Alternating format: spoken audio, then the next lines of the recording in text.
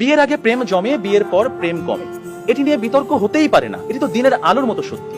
কারণ প্রেম হয় প্রেমিকার সাথে, বউয়ের সাথে হয় সংসার। প্রেমিকাকে আদর করে বউ বলে ডাকা যায়, তাকে লোকের কাছে বউ বলে পরিচয় করিয়ে দেওয়া যায়।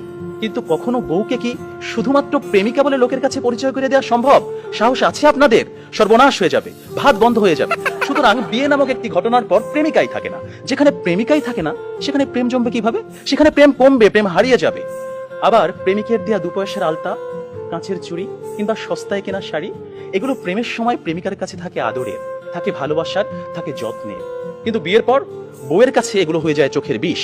একজন সত্যিকারের প্রেমিকের প্রেমের উপন্যাসে বিয়েই কখনো শেষ পৃষ্ঠা হয় না। কারণ তারা জানে কোনো কোনো প্রেম না পাওয়াতেই পূর্ণতা খুঁজে পায়। তাই পৃথিবীর শত গল্প, কবিতা, উপন্যাসে প্রেমকে সাজানো হয়েছে না পাওয়ার বেদনায়। আর এজন্যই প্রেমটা আসলে বিয়ের আগেই, অর্থাৎ না পাওয়াতেই জমে। তাই অবশেষে আমি বলতে চাই, আমি যদি তোমাকে পাই তাহলে বিয়ের পর আমি হয়ে যাব দায়িত্বশীল পুরুষ। বিয়ের আগে যেমন ছিলাম লুতুপুতু প্রেমিক, যেমন ছিলাম আবেগী প্রেমিক, বিয়ের পর হয়ে উঠবো আমি দায়িত্বশীল পুরুষ। কারণ আমি জানি বিয়ের পর দায়িত্ববাদ দিয়ে প্রেম জমাতে গেলে সংসার টিকবে না। আমি পুরুষ, আমি রাখবো তোমায় বাহুডোরে, কখনো ভালোবাসার আদরে, আবেগী প্রেমিক হয়ে, কখনো বা স্বামীর দায়িত্বে। যেভাবে কবি বলেছেন, সাজিয়ে গুছিয়ে তবুও ঠিক কাব্য করে বলা গেল না। এ জন্ম তো কেটেই গেল অসম্ভবের অসঙ্গতে।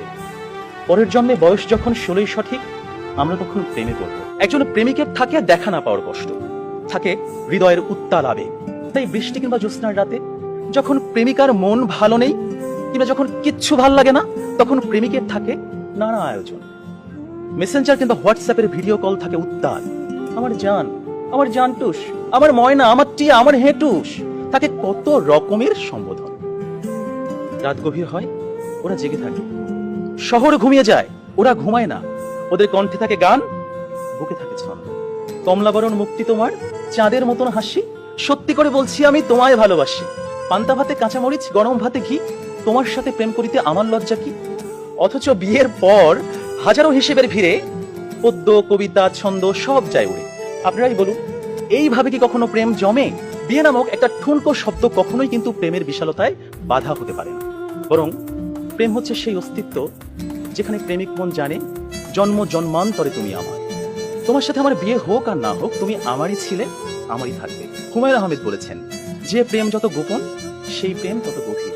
কোনো এক বসন্তের বিকেলে সবাইকে ফাঁকি দিয়ে দুজনে 2 টাকার বাদাম, 1 ঠোঙ্গা ঝালমুড়ি, কিংবা কোনো একটা নির্জন কফি শপে 2 কাপ কফি, বুকে দুরু দুরু ভয়, কফির ধোঁয়ায় ধোঁয়ায় প্রেম জমে কি।